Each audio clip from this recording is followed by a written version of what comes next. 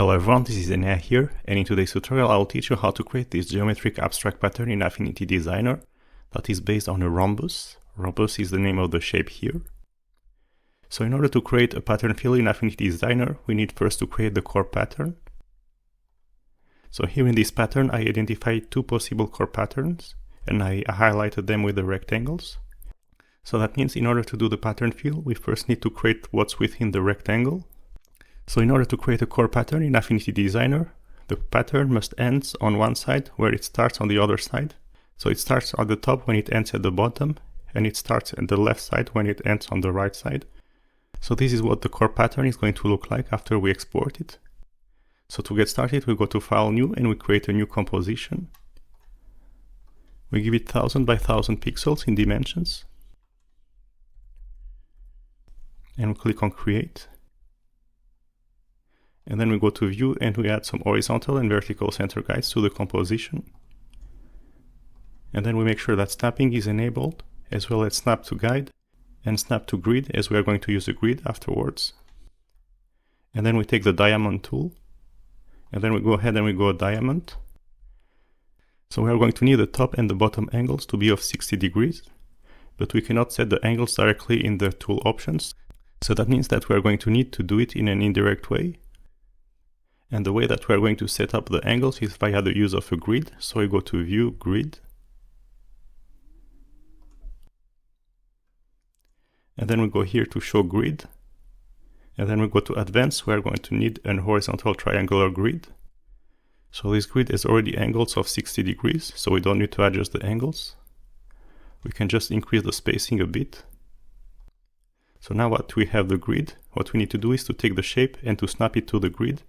And then it will have angles of 60 degrees as we need it. Alright, so now the shape has now angle of 60 degrees at the top and the bottom. Now once we have the angles, we can hide the grid because we are not going to need it anymore. And now we can set the stroke to none and the fill to red. And then we take the shape and we center it vertically. Right here, not very far from the center of the composition. And now once we have the first shape that is in position, we're going to duplicate it to create the first set of 6 shapes.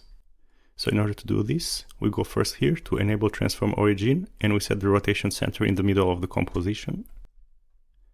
And then we press on Enter to bring out the Move Duplicate panel. We set the number of copies to 5, as we need 6 overall. And here, the rotation angle, we set it to 60 degrees. So this creates the first set of 6 rhombuses, and we click on OK. So now that we have the first set of 6 rhombuses, we select them all, and we press on Ctrl G to group them together. So now what we are going to do is we are going to duplicate the group and position it once here at the bottom left side, and once here at the bottom right side. So we press on Ctrl J to duplicate it.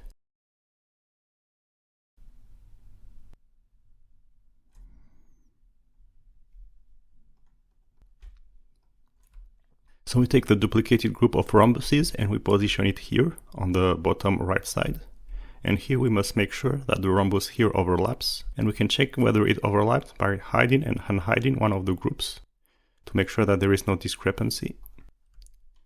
And then we press on Ctrl J. And then we position the other duplicated group on the other side. So the same thing, we must make sure that the rhombus here overlaps. Alright, so now we have all the rhombuses that we need in order to create the core pattern.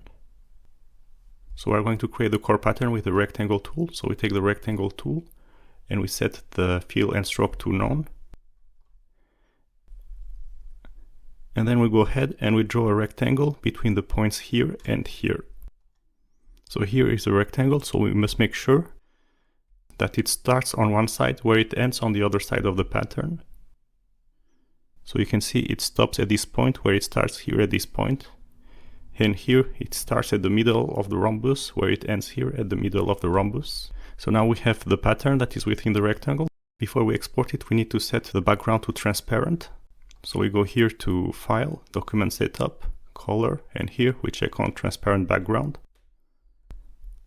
And now we can export the core pattern. So we go to File, Export.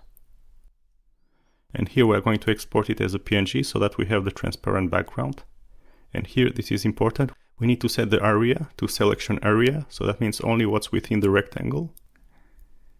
And then we click on export.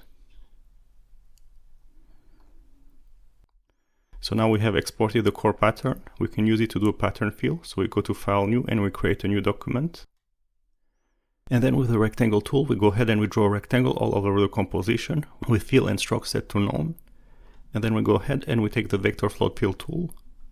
We go here to set image bitmap. And we select the pattern that we just created. And we make sure that we have the rectangle selected.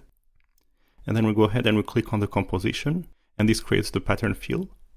And then we can adjust the handles to make the pattern bigger or smaller as we want it. Alright, so that was it for today's tutorial. You'll learn how to create a geometric abstract pattern in Affinity Designer that is based on a rhombus.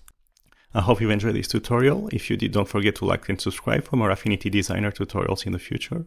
And until then, see you next time. Bye!